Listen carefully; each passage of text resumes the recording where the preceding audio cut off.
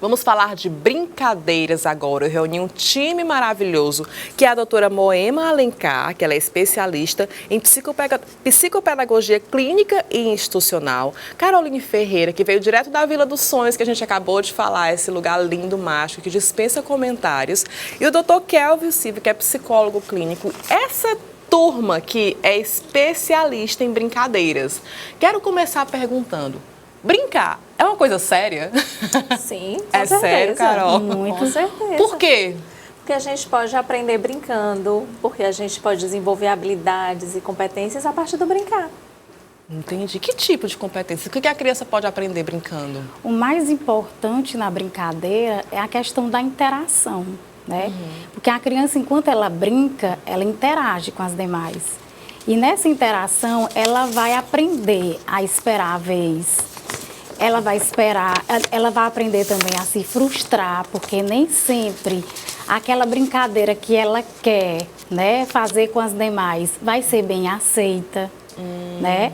Então, assim, a brincadeira é um momento em que a criança ela vai se construindo também enquanto pessoa, né? A identidade dela como pessoa, né? A forma como lidar com os demais, né? Tudo isso vem a partir da brincadeira, vai a ludicidade. surgir Porque muitas vezes eu acho que os pais não dão a devida importância para esse momento que é tão especial, não só de interação do pai com os filhos, mas no que a doutora bem colocou, no que elas estão aprendendo, né? Faz sentido, doutor Kevin, também? Total sentido. Muitas vezes a gente esquece que a brincadeira tem essa função psicológica de construção da pessoa. A gente imagina que a brincadeira é só um passatempo, né? A gente precisa pensar estratégias e formas de brincadeira para trazer mais habilidades, desenvolver melhor essa criança. A brincadeira tem essa função, tanto de construção como treino para a vida que ela vai enfrentar no futuro. Ela aprende ali na brincadeira. Perfeito. Vocês tocaram agora no assunto de frustração e aí eu já quero começar perguntando. Aquelas brincadeiras que são competitivas, né? Vamos ver quem consegue fazer isso em menos tempo, vamos ver que é aquela dança da cadeira, que sempre tem um que vai perder. Algumas crianças não sabem lidar com isso. Deixa eu perguntar, aproveitar que a Carol está aqui com a gente e eu sei que lá na Vila dos Sonhos tem muitas brincadeiras, aquele momento de recreação.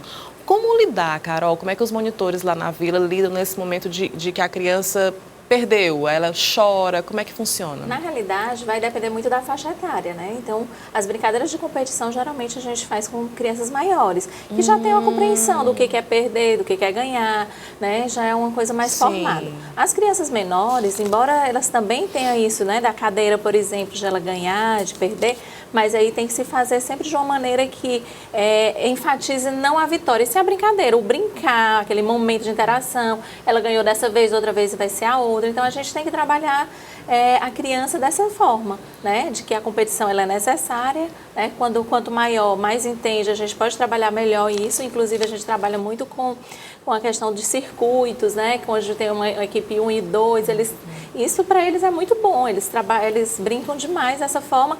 E como é em equipe também, não é um que está ganhando, é a equipe que está ganhando, e não é uma única, ele não ganha uma única vez, ele ganha um circuito, e depois o outro ganha outro, então acaba todo mundo ganhando e a diversão acontece de todas as formas. De uma forma mais suave, Exatamente. Né? Quando existe uma disputa por brinquedo, gente, eu sempre fico na dúvida de como lidar. Assim, a criança quer o brinquedo. Eu sempre achei que o certo era, chegou alguém que quer brincar com o brinquedo do meu filho, filho, empresta para o colega. Lógico, você tem que aprender a dividir, bababá. Eu sempre achei que isso foi certo. Até que eu vi vários relatos de psicólogos que falaram que não é bem assim. Você não tem que tirar o brinquedo da criança e dar para outra criança, porque assim ela vai entender que emprestar é uma coisa ruim. Ela estava curtindo aquele momento e emprestou. Como é que a gente deve lidar, então, no caso? Porque a criança tem que aprender a compartilhar, mas a gente não vai forçar ele a entregar o brinquedo. Pode nos ajudar, doutora? Sim, é interessante realmente a sua pergunta, porque essa orientação dos pais, ela deve ocorrer no sentido de que a criança, o brinquedo é dela, né, claro, ela pode compartilhar esse brinquedo, mas ela não tem a obrigação de ceder no momento que a outra criança quer. Né? Porque assim, esse jogo, como o Dr. Kelvin colocou, em relação ao desenvolvimento psicológico e emocional, essa brincadeira, ela é uma espécie de treino das relações, né? Quando você compartilha, aquele brinquedo, você está aprendendo a lidar, né, a ser um ser social. Mas também quando você abre mão daquilo que é seu, vai lhe gerar uma frustração. Então é interessante que os pais orientem a criança de que sim, o brinquedo é seu, você vai ter um momento que você vai compartilhar, né? Mas não necessariamente você vai ter que abrir mão do seu brinquedo para favorecer o colega naquele momento. Tem estratégias também. O pai pode chegar e dizer, olha, então você ensine para o coleguinha seu, que ele não sabe ainda, né? Então é interessante, né, você ensinar. Então ele vai se sentir importante, vai se sentir mais... Já muda o papel, não é, Carol? Aí Ele já vai ter vai a ser motivação de compartilhar. Não vai ser compartilhar para perder e o outro ganhar, né? E sim, não, de brincar junto, né? De compartilhar aquele brinquedo, né? Dos ensinamentos. Então isso é uma maneira que na vida, né, lá fora a gente vai ter que fazer isso, compartilhar, mas não perdendo, né, a nossa vez, né, mas compartilhar de maneira que todos ganhem. Vale então dizer assim, olha, ofereça outro brinquedo para o colega, porque a criança está compartilhando sem abrir mão do que ele está brincando. Vale isso ou não? É interessante pensar nessas estratégias, porque o pai e a mãe vai conseguir melhor avaliar cada situação. Então, por exemplo, talvez a gente, quando pensa na nossa infância, a gente pensa em situações que foram traumáticas. O que é um trauma? Eu passo por uma situação, por uma frustração que eu não estava preparado e eu não consigo me organizar. Então, a frustração ela é importante para a criança também ir treinando até ela adquirir essa habilidade. Então, no brincar também, sobre o brinquedo dela. O brinquedo é dela.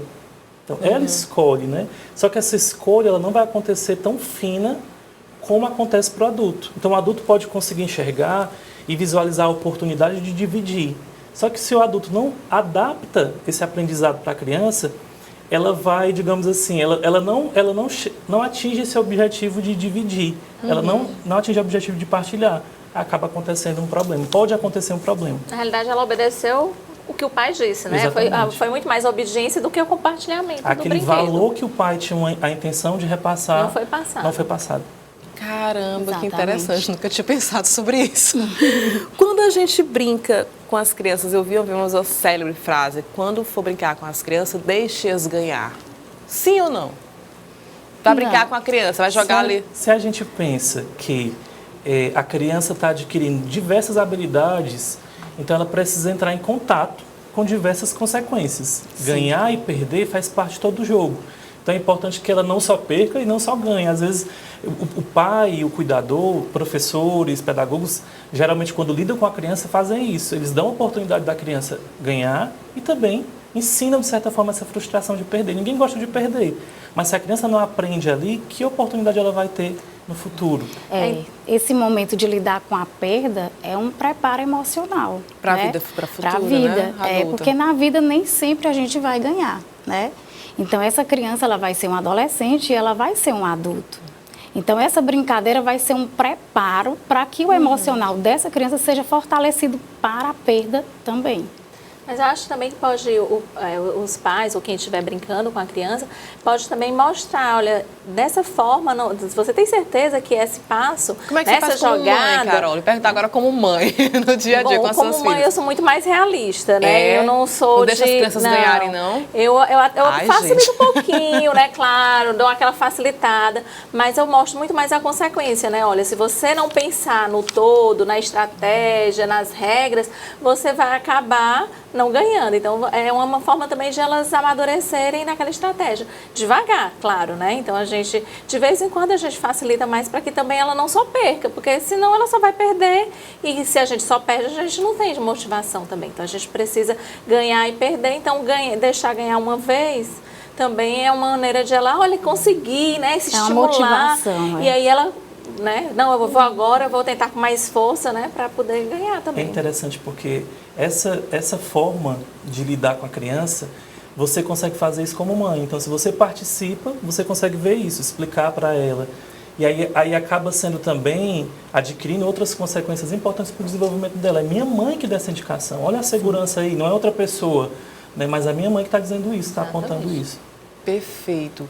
Como lidar quando as crianças estão... Carol sabe falar muito bem isso, porque lá na Vila dos Sonhos, as crianças quando brincam, e quando o pai chega, elas acabam, eu queria ficar mais, quando choram, né? Filho, tem que ir embora. Filho, acabou a brincadeira, já não é hora mais de brincar. E aí vem aquele momento, não quero. Qual a melhor maneira de a gente conseguir contornar e dizer que acabou a brincadeira? Como é que vocês fazem lá na vila, Carol? Olha, isso é muito complicado e depende de cada caso, né? Porque, assim, na realidade, os pais, nós pais, né, e os profissionais têm que dizer que tudo tem limite, né? O limite é interessante. Olha, você vai brincar, vai ser tanto tempo e depois nós vamos sair. Então, se você coloca isso claro com a criança, ela não vai entender antes, como nós. Né? Isso, antes. O interessante é que você combine. Tudo combinado, né, fica melhor. Certo? Pelo menos, eu entendo dessa forma. Então, se você combina com o seu filho, e aí ele não tem noção de tempo tanto quanto a gente, mas a gente tem que impor esse limite.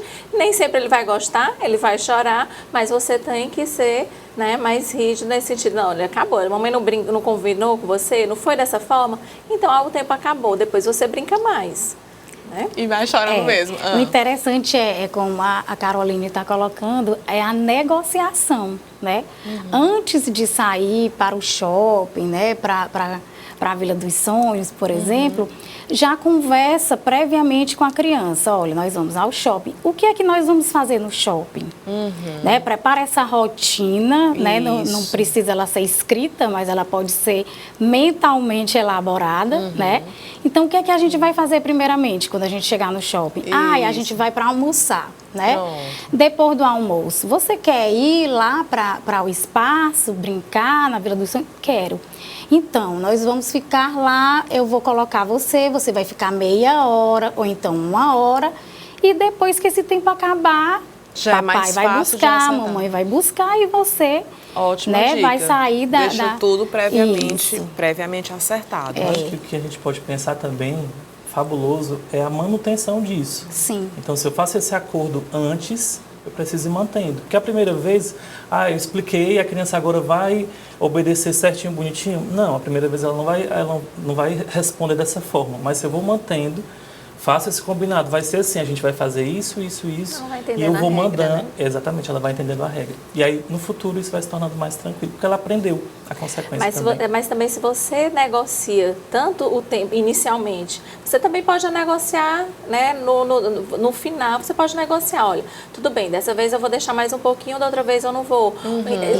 Não é... Não precisa nem engessado, não né? precisa ser engessado, depende da situação. Tanta rigidez, né? Então, eu acho que os pais precisam ter essa maturidade de qual é o momento de brecar, de fato, né, cumprir aquilo ali à risca e quando você pode negociar. Entendi. Muito bem, muito bom. Daqui a pouco a gente volta para falar com dicas de brincadeiras que você pode fazer em casa. Agora eu quero falar para você que nada como você viajar muito tranquilo na segurança de que seu filho está protegido.